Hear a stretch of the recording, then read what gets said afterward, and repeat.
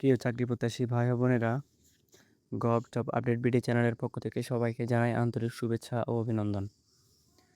আজকের ভিডিওতে আপনাদের জন্য রয়েছে দারুণ একটি সুখবর। এখানে কর্মচারী কল্যাণ বোর্ডে ৫৫টি পদে নিয়োগ বিজ্ঞপ্তি প্রকাশিত হয়েছে। বাংলাদেশের ৬৪ জেলার নারী ও পুরুষ উভয় প্রার্থী এখানে আবেদন করতে পারবেন।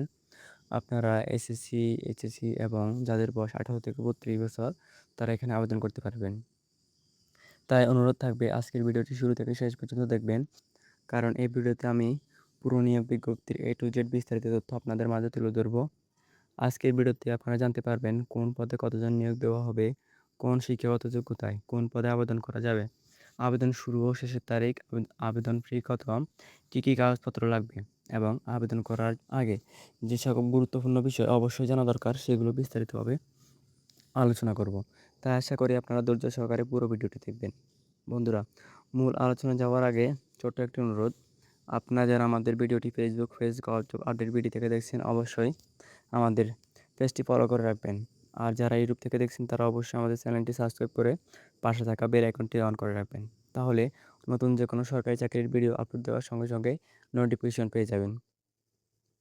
তো বন্ধুরা, ভিডিওটি শেষ পর্যন্ত দেখবেন, কারণ প্রতিটি পদের শিক্ষাগত যোগ্যতা, পদের সংখ্যা, বেতন, আবেদন পদ্ধতি এবং গুরুত্বপূর্ণ শর্ত আমি একে একে বিস্তারিতভাবে তুলে ধরব, যাতে আবেদন করার সময় আপনার কোনো তথ্য বাদ না যায়। এখন আর দেরি না করে চলুন নিয়োগ বিজ্ঞপ্তি সম্পূর্ণ আলোচনা করা যাক। তো যেমনটা দেখতে পাচ্ছেন, প্রথম যে পদটি রয়েছে এখানে সহকারী পরিচালক। পদের সংখ্যা রয়েছে ৩টি। শিক্ষাগত যোগ্যতা কোনো স্বীকৃত বিশ্ববিদ্যালয় হতে সমমানের ডিগ্রি সহ দ্বিতীয় শ্রেণীর স্নাতকোত্তর ডিগ্রি। এরপর রয়েছে গবেষণা কর্মকর্তা। পদের সংখ্যা রয়েছে ১টি। কোনো স্বীকৃত বিশ্ববিদ্যালয় হতে সমাজ কল্যাণ, সমাজকর্ম, সমাজবিজ্ঞান, অর্থনীতি, বিজ্ঞান বিষয়ে স্নাতকোত্তর ডিগ্রি থাকতে হবে। এরপর রয়েছে সহকারী প্রোগ্রামার। পদের সংখ্যা রয়েছে ১টি। কোনো স্বীকৃত বিশ্ববিদ্যালয় হতে কম্পিউটার সায়েন্স সমমানের ডিগ্রি এবং কোনো বোর্ড হইতে নিয়োগ পদ্ধতি অনুসরণপূর্বক গৃহীত পরীক্ষা উত্তীর্ণ হতে হবে। এরপর রয়েছে সহকারী মেইনটেনিং ইঞ্জিনিয়ার। পদের সংখ্যা রয়েছে ১টি।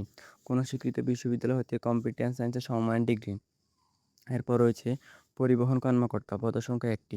কোনো স্বীকৃত ইনস্টিটিউট হতে ৪ বছর মেয়াদি মেকানিক্যাল ইঞ্জিনিয়ারিং ডিপ্লোমা হতে হবে। সংশ্লিষ্ট কাজে বাস্তব অভিজ্ঞতা থাকতে হবে।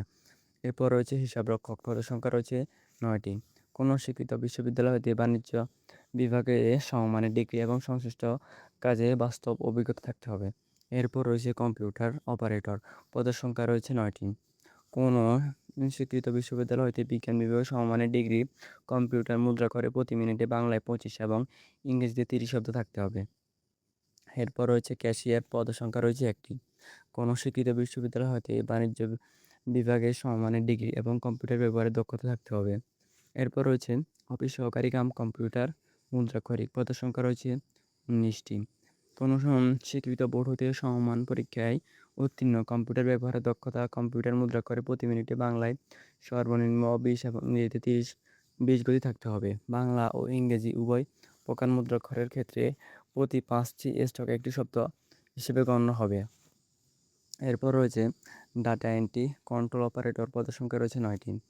কোনো স্বীকৃত বোর্ড হইতে উচ্চ মাধ্যমিক সার্টিফিকেট পরীক্ষা উত্তীর্ণ হতে হবে। কম্পিউটার মুদ্রাক্ষরিকে বাংলায় ২০ এবং ইংরেজিতে ২০ শব্দ থাকতে হবে। এরপর রয়েছে গাড়ি চালক। কোনো স্বীকৃত বোর্ড হতে জুনিয়র স্কুল সার্টিফিকেট মানে ৮ম শ্রেণী পাস। আপনারা ৮ম শ্রেণী পাশে এই পদে আবেদন করতে পারবেন এবং গাড়ি চালানোর ড্রাইভিং লাইসেন্স থাকতে হবে। কারা কারা এই সার্কুলারে আবেদন করবেন তারা কমেন্টে আপনার জেলার নাম লিখে জানান। আর যারা এই সার্কুলারের জন্য লিখিত পরীক্ষার জন্য ভালোভাবে প্রস্তুতি নিতে চান তারা স্ক্রিনে দেওয়া হোয়াটসঅ্যাপ নাম্বারে যোগাযোগ করে সাজেশনটি সংগ্রহ করতে পারেন। আমাদের কাছে এই নিয়োগের জন্য ভালো একটি সাজেশন রয়েছে। আপনারা যারা ভালোভাবে পড়ালেখা করে পরীক্ষা পাস করতে চান তারা আমাদের সাথে যোগাযোগ করতে পারেন। আচ্ছা, আরেকটি গুরুত্বপূর্ণ বিষয়, অনেকে অফিসিয়াল সার্কুলারের পিডিএফ খুঁজে থাকেন। তারা এই পিডিএফটি কোথায় পাবেন সেটা আমি এখন আপনাদেরকে বলে দিচ্ছি। যারা আমাদের Facebook page gov job update BD এখনও ফলো করে রাখেননি অবশ্যই ফলো করে রাখবেন। এই পেজে এসে নিচে দেখবেন আমি ভিডিওটা এখানে পোস্ট করেছি। এই ভিডিওর নিচে জাস্ট কমেন্টে নিড লিখবেন। আমি আবারও বলে দিচ্ছি, জাস্ট কমেন্টে নিড লিখবেন। অবশ্যই এটা আমাদের ফেসবুক পেজে যেকোনো একটা পোস্টে কমেন্ট করার সাথে সাথে আপনার কাছে এই সার্কুলার পিডিএফ ফাইল চলে যাবে। আমরা আপনার ইনবক্সে এটি পাঠিয়ে দেব। তো এখন আমরা দেখব আবেদন শুরু কবে, শেষ কবে, কীভাবে আবেদনটি করতে হবে। যেমনটা দেখতে পাচ্ছেন, আবেদন করতে হবে bkkb.teletalk.com BD এই ওয়েবসাইটের মাধ্যমে। আর আবেদন শুরু হবে 21শে জুলাই, যা কিনা চলবে 20শে আবেদন শুরু হবে 21শে জুন হতে, যা কিনা চলবে 20শে জুলাই পর্যন্ত। সো আপনারা এই সময়ের মধ্যে আবেদনটি করবেন। আবেদন কীভাবে করবেন সেটি যদি কেউ বুঝে না থাকেন তাহলে কমেন্টে জানান। আমি নেক্সট ভিডিওতে আবেদন পদ্ধতি সম্পর্কে সুন্দরভাবে বুঝিয়ে দেব। তো অনলাইনে আবেদনপত্র সাবমিট করার 72 ঘন্টার মধ্যে প্রার্থীকে পরীক্ষা ফি জমা দিতে হবে। অনলাইন আবেদনপত্রে প্রার্থীকে 300x80 পিক্সেলের স্বাক্ষর এবং 300x300 পিক্সেলের রঙিন ছবি আপলোড করতে হবে।